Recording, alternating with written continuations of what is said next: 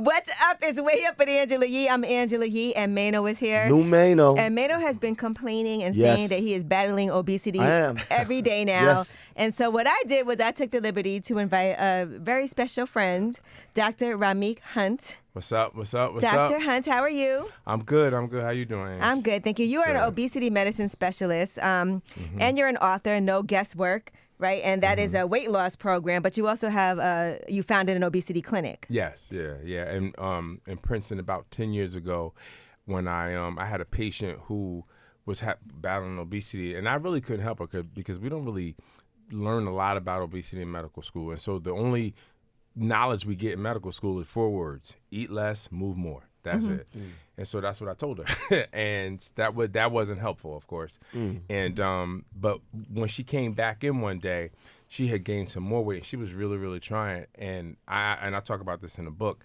I asked her a question. I was like, are your children obese? And I wasn't trying to be like, offensive or anything like that. And I hope the way I said it, she didn't feel that way. But she started to cry. And when she left, like, her whole life changed. Like, long story short, about a year later, she came in 100 pounds less. And she thanked me for it. And I was like, I ain't really do nothing, But it made me want to go out and learn more. And so I just Googled, like, obesity doctors, like, because it wasn't anything like that out there. And then there's the organization I'm a part of, the Obesity Medicine Association. I went to that conference, and then I trained, got board certified, and started the practice. I love that because right now that's a hot topic, right? And as of late, we see a lot of celebrities, and now that's trickled down, people using these weight loss drugs that have been causing them to drop crazy amounts of weight. We've heard of Ozempic and Wegovy. And so I really wanted to bring you on here just to talk about so much that's been happening. Mano, like I said, every day comes in here and complains. Yep. And then I'm guilty of like buying pizza and stuff like that. I'm saying, knowing with the battle that I'm faced with. And then, Cheez-Its in the corner every single day. Crazy. So I just there's so many different things I want to talk about with you because you talk about resetting what your weight is. You talk about ghrelin, and I remember we had a great conversation about that. I pay attention. No, you do. I mean, last time I was up here, it was a battle, but I think me and Man are going to be good. Yeah, I think so too. Yeah, so what is the cause of obesity? Because some people think, like you said, it's just that you're eating too much and you're not exercising, because people will look at you just like Lizzo, right? For instance, Lizzo works out all the time. She's a healthy diet. She's a vegetarian.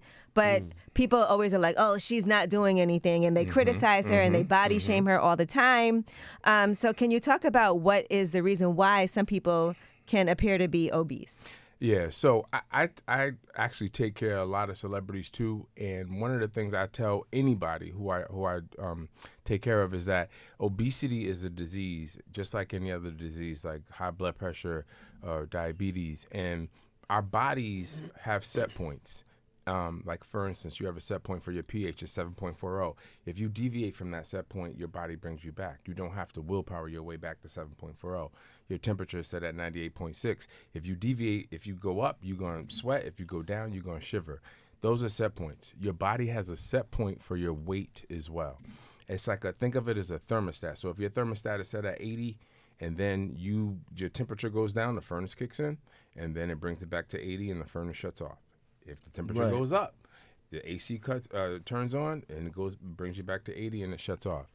Your body has the same mechanism, but it does it with hormones. One of the hormones is called ghrelin. I call it in my book the hunger gremlin.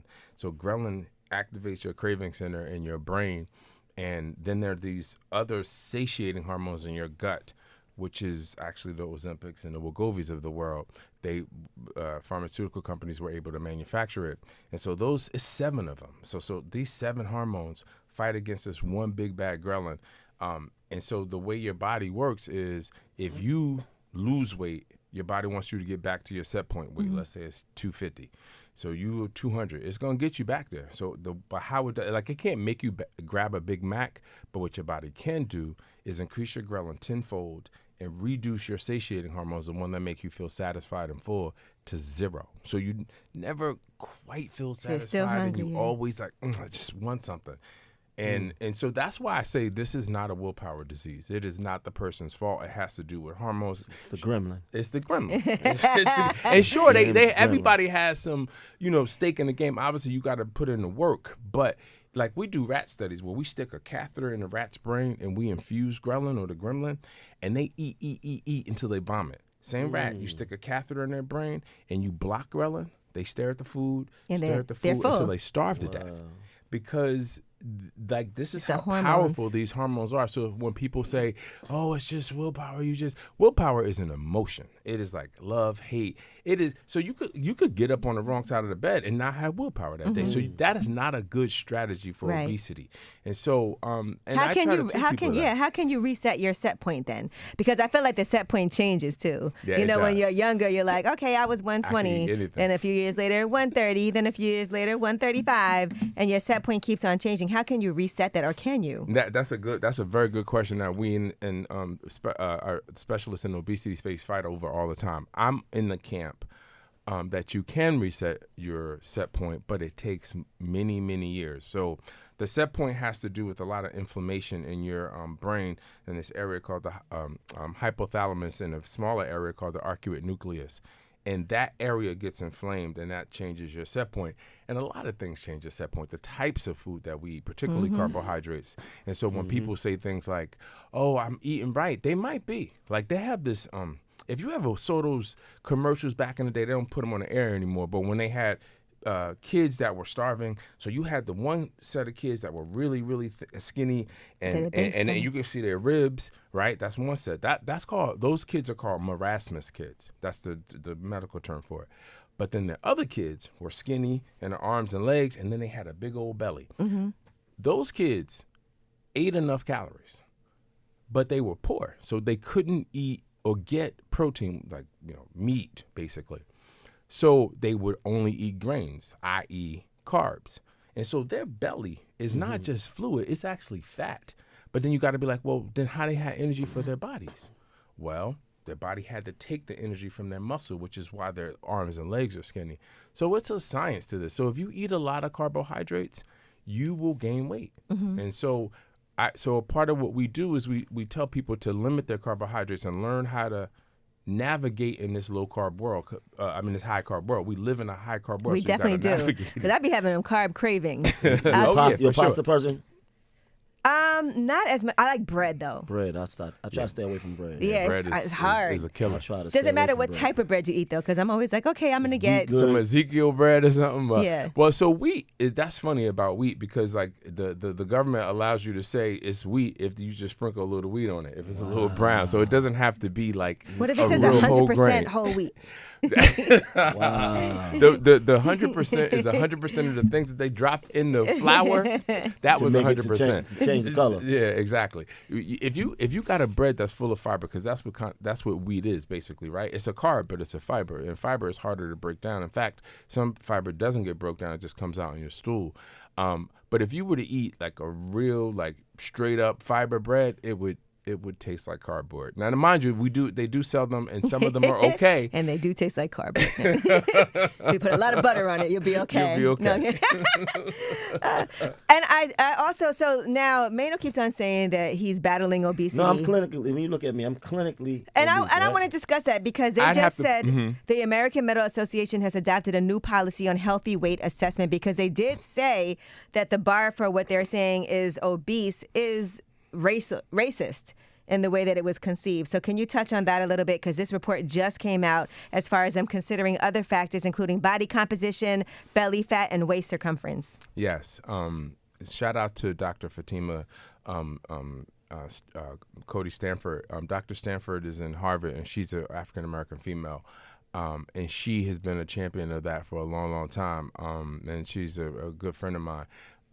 And so she has done studies to show that different BMIs for different ethnicities have different risk factors for diabetes and high blood pressure. So, for instance, Asian population, we use a BMI of 30 for obesity in America, but Asian would start to what we consider obese at lower, like 27 would be their obesity. And so in African American men and women are different. So the push is to be more specific and not one size fit all for the BMI, because the BMI is just your height and your weight, and then that's it. But what if you're a football player and you all muscle? Right. You're not obese. You don't have see, obesity. man, you might not be obese. I'm not a football player. Okay? But you can't look at somebody and say, this person is obese. Right, because I've been to doctors and they get you on a scale, right? And then they check and see how tall you are and say, well, you at this height, this is what you should weigh. At 6 feet, you should be 175. And it'd be ridiculous. It'd be ridiculous. Right? Like, this is what they say. Yeah. And I'm like, well, I'm 195. Yeah. You obese. Yeah. So that's not right. It's not right. It's Okay. the problem with the BMI is that it is a very cost-effective or cheap way to be able to identify somebody who has obesity, but it's not perfect. it's not a one-size-fits-all. It's not a one-size-fits-all. Because what I would do if you came to me, Mano, I would put you on this body composition machine, this BIA, which you stand on. It's like a Star Trek scale look like. And so you stand on it, and these electricity comes through your body, very small current. And it the way we tell your fat, water, and muscle is the speed at which that electricity goes through your body. And then I could calculate that, let's say your muscle mass weighs 70 pounds, your fat mass weighs 90 pounds. And so I use that, and I do that for patients every 2 to 3 months so that we can see if they're losing fat, muscle, both. And that allows me to be able to give them a specific prescription for themselves and say, hey, you need to eat 30 grams more of protein. And then, we do segmental what we call BIAs, the body composition. So I'll know how much muscle you got in the left arm versus the right, your left leg versus your right. So we put people on that machine, and so the tools that I have, I'm able to do more tailored treatment. To your body. But everybody can't do that because my machine costs $14,000. So every doctor can't put one of those in their office. Can I come? Yes. I got He's you, in Jersey, man. I got too. you. Oh, you in Jersey? Yeah, I want to come for you. the machine. I'm coming for the Star Trek electricity. We need to I want all document that. this. Yeah. And No, I I want to got ask you. you this. So as far as medication, now let's talk about this craze that's been going on, because originally Ozempic was for type 2 diabetes, correct? Correct. Right? And so now a lot of people have been using that to drop the weight like this. Yes. How safe is that? And because I've been hearing a lot of different things. If you stop using it, the weight comes back. It's expensive, and it's something that you have to continue to be on. And if you get off of it, then it loses everything that's happened to you. I've heard instances where people have said it's caused them to lose their vision and things like that, because there are side effects that can come with that. And I know people who have used it and have had to stop for whatever reason. And then some people are saying, well, people can't get their diabetes medication because people are using this just for weight loss. How safe is it to use something like Ozempic? And is it a long-term solution, or what is it? So you gave me a bunch, but Yeah. I'm gonna try to be brief, even though I'm not a brief person. But anyway, I'm gonna be brief. So before Ozempic, there was Byetta, which is like 15, 20 years old. So it's the same class of drugs. I've been using Ozempic for years before any celebrity knew about it, because we know the mechanism. It's one of those satiating hormones that I was talking to you about. So let's get back to what it's used for. It's used for diabetes, type 2 diabetes, but it's also used for obesity. The generic name of it is semaglutide. But the FDA made us change the name. If we are using it for diabetes, we got to call it Ozempic. If we're using it for obesity, we got to call it Wegovy. So it's very clear as to what. But it's the same thing? It's the exact same drug. That's crazy. I didn't know it was the same thing. Okay. Exact same drug. We put it in different pens. The Wegovy pen looks different than the Ozempic pen, but that's intentional. So it's the exact same medication. So when people say they can't get it, and they use it for their diabetes, and people are using it for obesity, again, that means that you don't respect obesity as a disease, because obesity is a disease just like diabetes. And in fact, obesity causes diabetes. Right. Obesity causes hypertension. So if you have an obesity-centric approach to taking care of a patient, you will cure or control their diabetes and their high blood pressure and all these other things. And so it is absolutely appropriate to use obesity. these medicines for obesity. In fact, obesity is the #1 disease in this country, in fact, the world.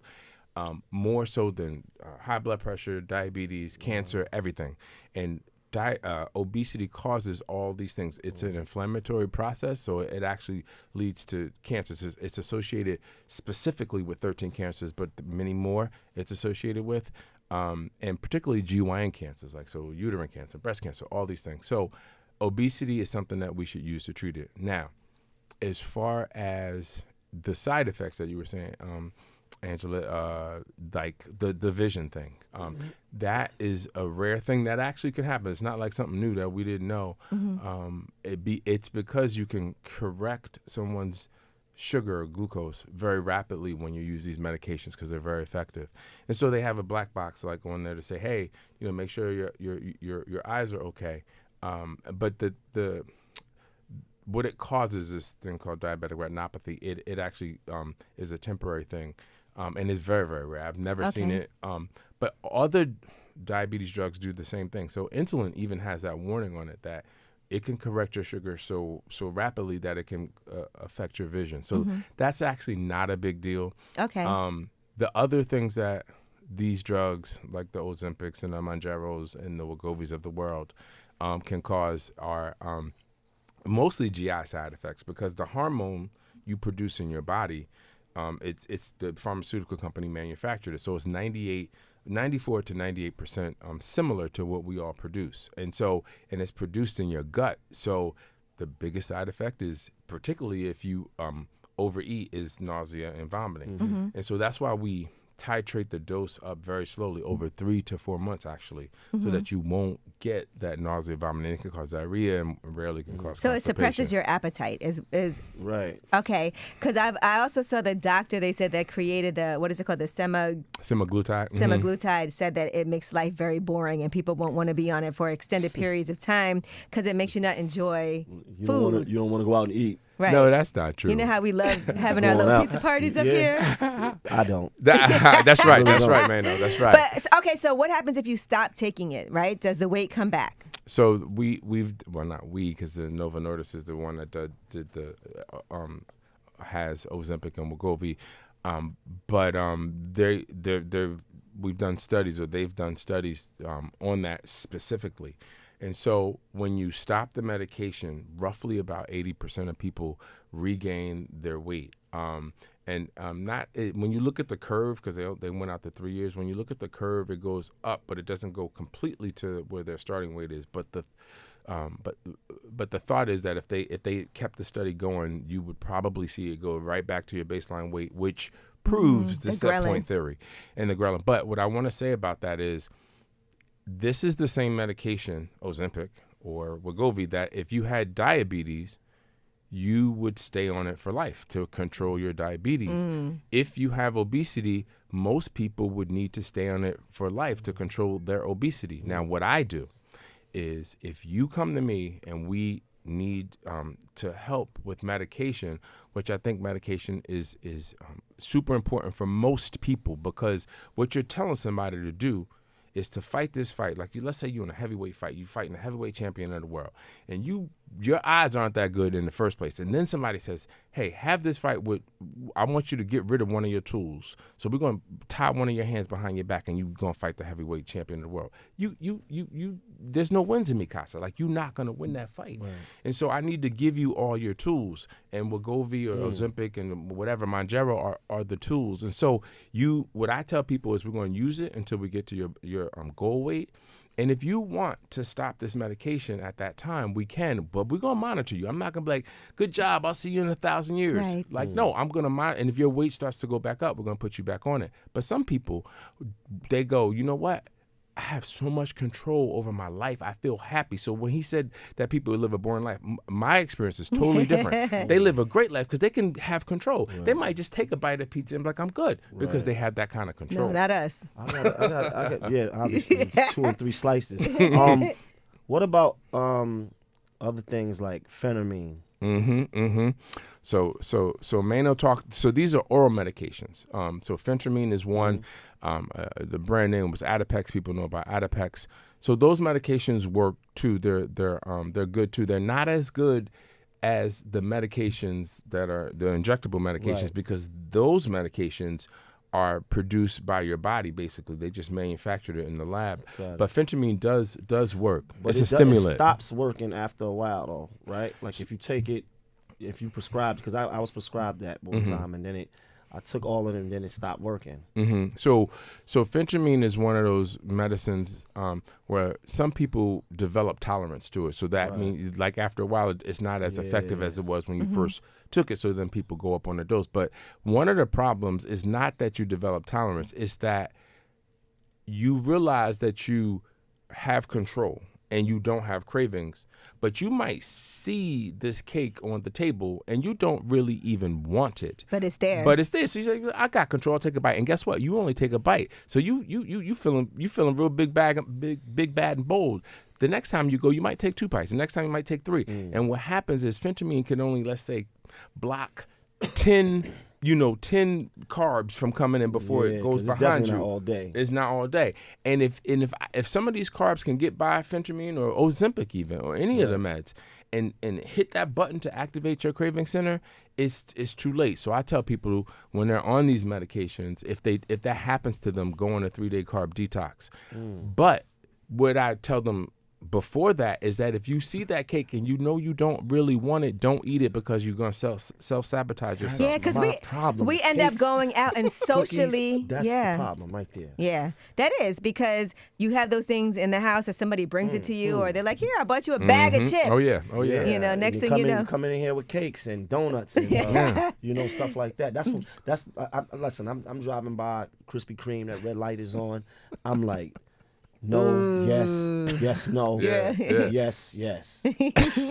I'm telling you, these medications will help you have better control over those things. We don't live in a low carb world, so it's like, to tell somebody to eat, celery with some dip is like that. Now, what about people who just want to lose a few pounds, right? Because they have a vacation coming up or something like that, and then they're like, let me get my hands on some Ozempic, because it is important to make sure that you monitor this and or prescribe this. Absolutely. Right. So that's another thing. So one, if you want to lose a couple pounds just because you want to lose a couple pounds and you don't have obesity, that is not FDA approved. That is not something that we would recommend. Right. And the whole thing about being prescribed, one, is that there are a lot of weight clinics where you just give them some cash and they'll give you some phentermine, but they don't tell you nothing about the diet or how things work, and they don't educate you. And so most people, it'll work even if you don't have no brains at all, because it'll just work. But if I give you a little knowledge, you can use that tool to then beat that fight. And so that's the problem. And the other thing is, you definitely need to be prescribed it, because when you see people pull Ozempic or Wegovy out of a vial, it is not Ozempic or Wegovy, because it doesn't come in a vial. Okay. And if you getting that, it's compounded from somebody who put it together, and you don't know where you getting your stuff from. Just like if you got in a vial. Huh? It's not in a vial. It's not. What is it? No, it's in a pen. It does not come in a vial. Period. So make sure you get in mind, because you also want to make sure you know how it's going to react to your body. I would Absolutely. assume, right? Absolutely. Anything like this is a serious medication.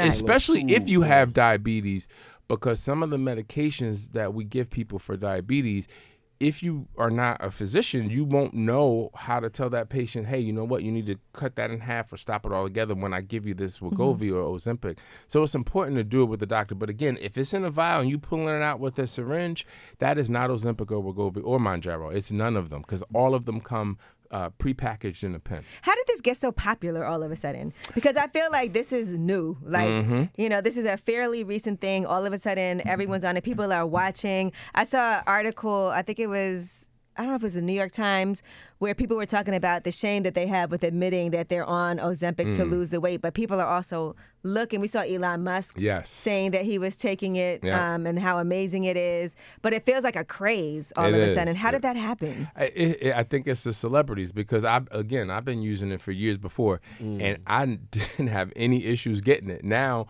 because everybody wants it, because celebrities are talking about it and endorsing it, and they're not endorsing it through the companies, because I work closely with all these companies, so I can tell you that the companies are not endorsing these people saying that these are great drugs. It is the celebrities that are saying it, and you see the results, like particularly with these new ones. And I'm gonna tell you, you need to put some stock in these companies, because they are there are more that are coming out that are going to be even more effective than the ones that are out now. And you're going to get, you won't have to have, for a lot of people won't even need gastric bypass or the sleeve, because these medications are going to give you those numbers. So I've been like constantly trying to get this Bruce Lee body. Oh my gosh. Just no fat, just chiseled up. Like, Yes, sir. Yes, sir. Slim, just cut up. What should I do? Listen, man, I tell people all the time, like the Hollywood celebrities and their trainers know. Like, I saw this interview with Michael B. Jordan, and they were like, well, how'd you get so cut up for Creed 3? And he joked, but he was serious. He was like, oh, yeah, my trainer, we work with, all I ate was chicken. And he joked about it, but basically that's what he means. Like, you need a low-carb diet. This is science. This is not this hocus pocus stuff. If you could get your carbs down and get it, well, I first have people start below 100 grams per day, but if you get it even lower, you will get that, because what happens is insulin, this is all a hormone game. So it's ghrelin, it's those satiating hormones, but then it's insulin, which is another hormone. Insulin is your fat storage hormone. So if your insulin is high, which carbs make your pancreas secrete insulin, if your insulin is high, it actually takes that food that you eat and packs it away. That's why I told you those kids with the big bellies, that's what happens to them. If your insulin is low, you can actually burn the food that you eat and also burn fat, because when your insulin is high, you can't turn the fat burning switch on. It's impossible to turn on the fat burning switch if your insulin is high. And the only way to get it low is to get your carbs down. I mean, also intermittent fasting works for the same reason, that you don't eat for a certain amount of time, so that way you're not stimulating insulin. But when people say I'm gonna reduce my calories, so I thought it was calories in, calories out. It's not. It's carbs in, carbs out. And they're like, well, why does a low calorie diet work? Well, there are 3 macronutrients in your food. It's carbs, it's protein, and it's fat. If you reduce your calories, you reduce all 3 of them, including carbs. So that's why you lose weight. But you don't have to reduce protein or fat. You only have to reduce carbs. So why are you reducing all those other things? Which is why you can eat hearty with a low carb diet, because you can eat proteins and healthy fats. Another thing about fat, real quick, the healthiest diet in the world is a Mediterranean diet, and that diet is full of fat. It is 50 to 60% fat. Healthy fats. You ready to have a blast? What are some of the carbs? Because we about to. I need your information. I got you. I got you, brother. To 20 times a day. I don't know if I got you like that, though. So I got to work still. Yeah, hey, go Mano again. Damn. No, what I'm saying is, what are some of the carbs that people need to stay away from? We know bread. Yeah. Krispy Kreme. It's pretty. Like, I give them the big picture of it. So it's obviously sugar and those sweet sugars, but then it's what we call refined carbohydrates, the stuff that you break down in order to eat, because that turns into sugar. So what is it? It's all the white stuff. So bread, rice, pasta, potatoes, all the stuff that we love, right? But it doesn't mean you can't eat it. I don't want to make people like, oh, I can't eat, but you can. First of all, limit how much you eat, but then you can substitute it. Like, sometimes, you can eat some cauliflower rice once in a while. You can eat cauliflower mashed potatoes with bacon bits. Noodles. How about quinoa? Is quinoa good as a substitute? As a substitute, it depends on rice. What. It helps, but again, there's still some carbs in it. So what I tell people is, it makes me poop though. Quinoa will make me go to the bathroom for sure. Yeah. But what I tell people is, I'm not saying you can't eat carbs. What I tell people is, look, I want you to get your carbs down less than 100. Think of it like this: you got $100 in the ATM that you can withdraw every single day. I need you to be $100 or less. So you can't overdraft. You can't draw more than $100. So listen. I'll give you $100. If you want to spend $75 on a bagel, because that's how many carbs are in a bagel. That's it. You only got $25 left. $25 left. And there's a lot of apps that you can use that can actually, you input what you eat, and it'll even tell you like certain restaurants. Absolutely. You put that in, and it'll track all of that for you. So every day, if you can track what you're spending on your carbs, exactly, then you can. I try to stay away from like potatoes. I don't really do rice. I stay love away rice. from bread, but I like to have pasta every now and then. And that's okay if it's every now and then. But then, like, what we don't know is, like, a lot of things that have carbs. Like, some people are like, well, all I do is eat fruit and vegetables. I'm like, okay, so what kind of fruit do you eat? They'd be like, I eat 6 bananas a day. Oh, and then and I'll be like, okay, so just so you know, fruit is good, but let's break it down. One large banana has the exact same amount of sugar in it as a Snickers bar. Whoa. So you got to be mindful. Now, mind you, that's about 30 to 35 grams of carbs. But it's a different type of sugar, right? It's the same type of sugar.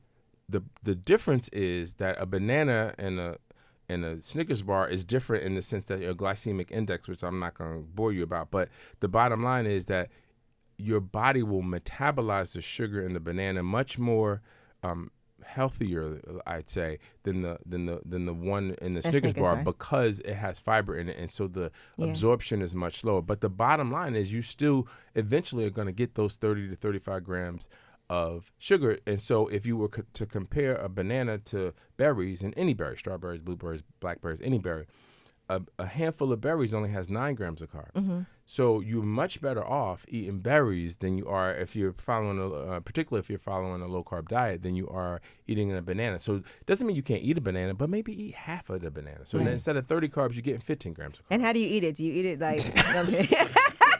You should have saw it. You can't even eat a banana nowadays. You got to break it now. You can't get caught with a banana like that. This is wild. Can you have glizzies? Yeah, it's crazy. The world is over. All right, well, listen, Dr. Rameck Hunt, thank you so much for joining us today. Again, the book that you have out is The No Guesswork Diet, and it's transformative for a lot of people. I know a lot of people that you've helped, and so that's why I wanted to make sure I brought you up here, because I've been watching so many things and reading so many different stories, and so I wanted to get it straight from you. Yeah, and I want to just say the reason I wrote this book is because doctors do not really help us with weight loss. We blame it on the patient, and so. But that's not what we should be doing. So I wrote this book to take the guesswork, that's why I call it the no guesswork, out of healthy living and to help you get to a healthier weight, because there's so many gimmicks out there, and because doctors don't instruct you, you are on late night television flipping through the channels like, I'm gonna buy this tummy roller, I'm gonna buy this drink, and it is dizzying. So that's why I wanted to write, because these are facts. I got references in the back. I'm actually in the studio, Mano.